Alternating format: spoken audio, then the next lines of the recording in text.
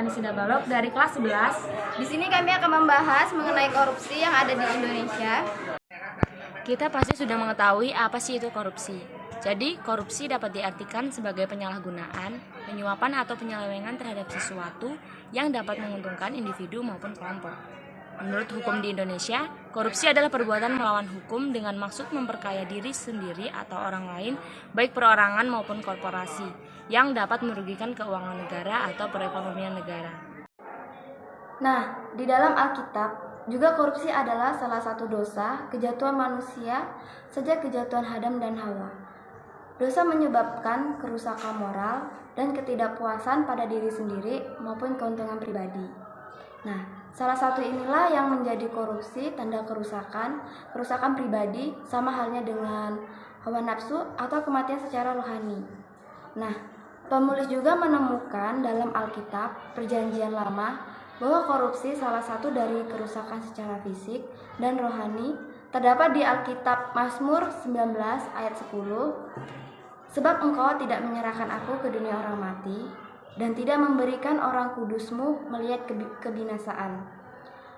Akibat adanya korupsi, timbullah keterbatasan kepuasan daging dan hati melalui Kristus kita yang telah mati di hidup kita. Kasus korupsi tentu saja memiliki dampak negatif yang sangat besar. Begitu pula dengan kasus korupsi oleh Supian Hadi.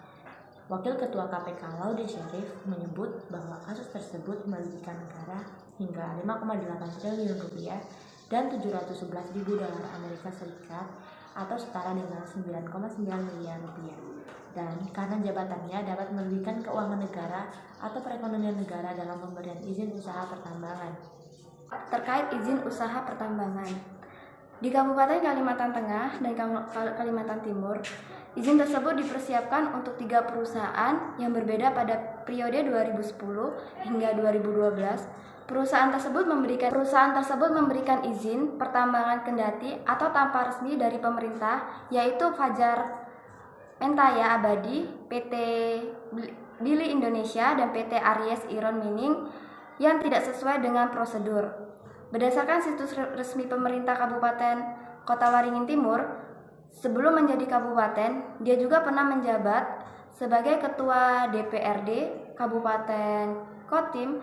Supian merupakan kader PDI Perjuangan atas terseretnya Supian dalam perkara tersebut.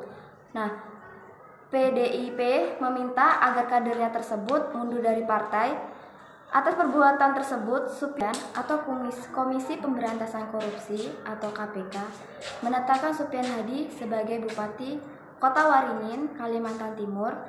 Supian Hadi sebagai tersangka kasus dugaan suap. Supian dijerat dengan pasal 3 ayat 1 atau pasal 3 dalam Undang-Undang Nomor 31 Tahun 1999 sebagaimana telah diubah dengan Undang-Undang Nomor 20 Tahun 2021 tentang pemberantasan Tipikor Junto pasal 55 ayat 1 ke KUPH. Teman-teman, korupsi tidak hanya berbicara tentang ketidakjujuran loh, tapi berhubungan juga dengan sikap tidak bertanggung jawab. Karena ketika kita dipercayakan untuk melakukan pekerjaan, kalau kita bertanggung jawab, pasti kita melakukannya dengan sungguh-sungguh. Seseorang juga bisa melakukan korupsi karena sifatnya yang suka merasa kurang atau hidupnya yang konsumtif, sehingga banyak orang memutuskan untuk melakukan korupsi. Padahal dengan hidup sederhana, kita bisa jadi lebih bersyukur dengan apa yang kita miliki, kita bisa jadi diri sendiri, dan tidak hidup dengan mengejar tren dunia sampai kita tidak bisa mengontrol kehidupan kita, lalu kita merelakan untuk melakukan apa saja demi kesenangan kita.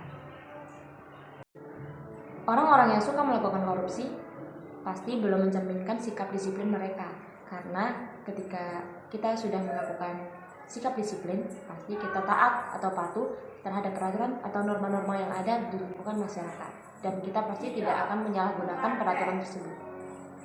Dari penelusuran KPK, Supian menerbitkan surat keputusan izin usaha pertambangan operasi produksi seluas 1.671 hektar kepada PT FMA yang berada di kawasan Citanjur. Semua izin tersebut diduga tidak dilakukan sesuai prosedur, sehingga diduga menimbulkan kerugian yang dihitung dari hasil produksi setelah dikurangi royalti yang telah dibayarkan dan kerugian di lingkungan.